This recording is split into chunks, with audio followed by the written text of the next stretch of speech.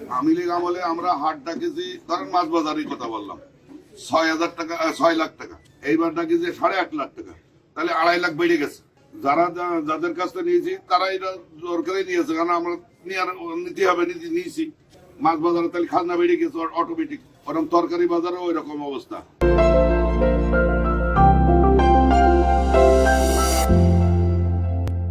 যেখানে বাজার হয় 1 কোটি টাকায়, 70-80 লাখ টাকায়, সেখানে ন্যায্য তারা 1.5 লাখ টাকা, তারা তো 1.5 কোটি টাকা, তারা তো খাজনা অটোমেটিক বাড়াবে।